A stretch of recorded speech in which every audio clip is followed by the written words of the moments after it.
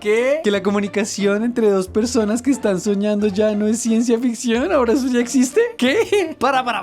¿Tatuaje en el cuello? No, mentiras. A ver, pensemos en Inception, 2010, dirigida por Christopher Nolan. A lo mejor ni te gustan las películas de Christopher Nolan, pero no importa. El planteamiento es interesante. La posibilidad de tener una experiencia compartida a través de los sueños con otra persona. Yo me conecto, tú te conectas. ¡Bum! Nos vamos al mundo que queramos, con las condiciones que queramos, con los juguetes que queramos, lo que se nos dé la gana. Todas las aplicaciones que eso podría tener. ¿Eso sigue siendo ciencia ficción en la actualidad? Pues déjame decirte que sí, definitivamente estamos a años luz de tener algo así. Primero habría que lograr algún tipo de comunicación entre un soñador y otro. Pero es que eso es justo lo que acaba de suceder. Sí, efectivamente, la ciencia acaba de dar ese pasito inicial en esa dirección. Así como lo oyes, la empresa REM Space son pioneros en el estudio de los sueños. Acaban de lograr una comunicación básica entre dos soñadores lúcidos ahí mientras estaban soñando. Y en este video vamos a hablar de qué consistió ese experimento. También vamos a hablar de quién carajos es esa gente de REM Space o qué carajos es la fase REM y qué podríamos esperar de este tipo de avances para la humanidad en un futuro. Cositas buenas, cositas malas, un poquito de esto, un poquito de lo otro. Bueno, no sé tú, pero a mí la película Inception me hizo soñar bastante. Más allá de ser una película con unas escenas de acción interesantes y un guión enredadillo, un poco más complejo de lo normal, el planteamiento de poder generar una experiencia compartida que no tenga las limitaciones físicas, temporales, a mí me voló la cabeza. Me hizo pensar en todas las posibilidades y todas las aplicaciones que podría tener en la vida cotidiana de las personas. Pero de seguro que algo tan revolucionario tendría sus implicaciones. En la actualidad tenemos conceptos como el metaverso, pero están supeditados a los avances tecnológicos del momento. Es que esto sucedería totalmente en nuestras cabezas. Y ahí es donde uno lo pone a pensar más. El mercado de los sueños lúcidos. Sí, aunque no lo creas, eso ya es un mercado. Y empresas como REM Space se han dedicado a hacer un estudio muy consciente de los fenómenos que ocurren en esos momentos. Pero también ofrecen productos como esta máscara para dormir que está diseñada para estimular el sueño de la fase REM. Sí, la promesa de venta es algo que te facilite llegar a tener sueños lúcidos. No son los únicos que ofrecen este tipo de máscaras, hay otras marcas que también lo ofrecen. Y pues este es un mercado que todavía es de nicho, pero está creciendo porque cada vez hay más personas más interesadas en tener mejor calidad de sueño y en tener experiencias diferentes. ¿Por qué no, Rico? Pero tengo que asegurarme, estamos de acuerdo en lo que es un sueño lúcido, ¿verdad? Un sueño lúcido es un estado de sueño consciente, es decir, sabes que estás soñando, pero no dejas de soñar, no te despiertas. Y aunque no puedo hablar por una experiencia propia, sí tengo entendido que no es tan fácil llegar a ese estado. Se requiere cierto entrenamiento y de hecho hay personas que ofrecen los servicios de coaching para llegar al sueño lúcido. Pero honestamente ignoro si esto es verdad o no. No puedo opinar en ese campo. Sí, este man se la ha pasado hablando de la fase REM, pero ¿qué carajos es la fase REM? La fase REM es esa etapa del estado de sueño en donde soñamos con mayor intensidad y mayor vividez. Durante esa fase se supone que el cerebro está mucho más activo, pero hay una desconexión con el resto del cuerpo para evitar que actuemos lo que estamos soñando, que no nos movamos o que no reaccionemos y salgamos corriendo contra una pared, así como los perritos o los gatos. Un momento, ¿y qué pasa con los sonámbulos y la gente que habla dormida? Bueno, pues se supone que eso no ocurre dentro de la fase REM. Ese tipo de fenómenos ocurren durante el sueño profundo, que no está esa desconexión o esa parálisis del cuerpo, ¿sí me entiendes? Eso sucede en otro momento, no en la fase REM. ¿Y qué carajos tiene que ver la parálisis del sueño con eso de no poder mover el cuerpo? Bueno, eso sí está directamente relacionado. Al parecer es una especie de fallo entre la entrada o la salida de la fase REM. Es un momento donde el cerebro es consciente de que no está dormido, pero todavía no se ha establecido la conexión que permite mover el cuerpo. Y esa sensación de saber que estás acostado en el lugar donde te fuiste a dormir y no poder mover tu cuerpo supone una experiencia muy aterradora, lo cual desencadena alucinaciones y otro tipo de sensaciones que las personas lo pueden relacionar con todo tipo de experiencias aterradoras. Y también existen otro tipo de explicaciones que no tienen nada que ver con los estudios científicos que hay al respecto. Yo solo te estoy explicando desde los estudios científicos, pero tú eres libre de creer lo que tú quieras. Ahora sí, a lo que vinimos, ya sabiendo todo lo que sabemos, qué es la fase REM, en qué carajos consistió el experimento de REM Space, cómo lograron que un mensaje saliera de un sueño de una persona y llegara al sueño de otra persona. Bueno, muy bien, resulta que REM Space... Ambulancia.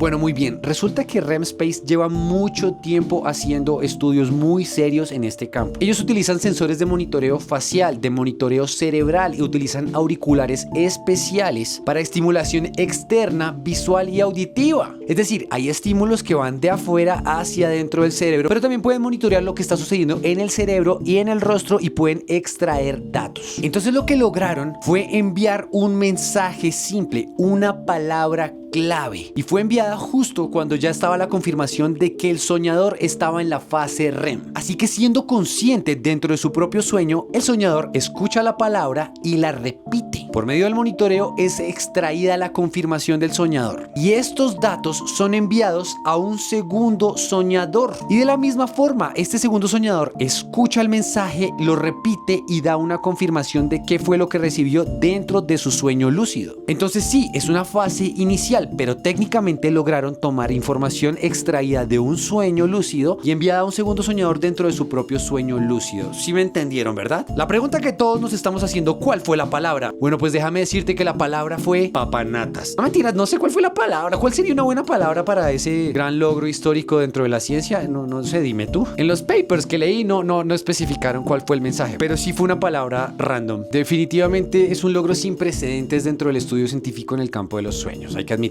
Yo sé, todavía estamos muy lejos de poder imaginar una experiencia inmersiva, compartida, totalmente controlada entre dos personas en los sueños, lo sé, pero también podemos pensar que hace 3 años las cosas que se han logrado con inteligencia artificial eran ciencia ficción. Precisamente esta tecnología está permitiendo otros avances en todos los campos de la ciencia. Entonces no está de más soñar en este tipo de cosas. Soñar, ¿no? Soñar. Sin embargo, hay muchos otros desafíos que superar y faltarán décadas para llegar a tener algo como eso. Pero en este punto quiero hablarte de otra película que no sé si ya la viste. Dream Scenario, con Nicolas Cage. La historia de esta película está basada en ese fenómeno que se popularizó mucho en internet a comienzos de los 2000. ¿Has visto a este hombre en tus sueños? ¿Sí sabes? Un supuesto fenómeno en donde muchas personas veían en sus sueños a la misma persona sin ninguna explicación aparente. Y honestamente es un gran misterio, es una premisa muy interesante. Bueno, el argumento de esta película se basa en esa historia, en la posibilidad de que muchas personas sueñen con el mismo rostro, una persona totalmente desconocida que no tendría por qué tener ninguna conexión, pero tú lo sueñas y yo lo sueño y vivimos en países distintos. Es muy interesante. Y esta película desarrolla muy bien esa historia. Ojo, te lo advierto, es rara.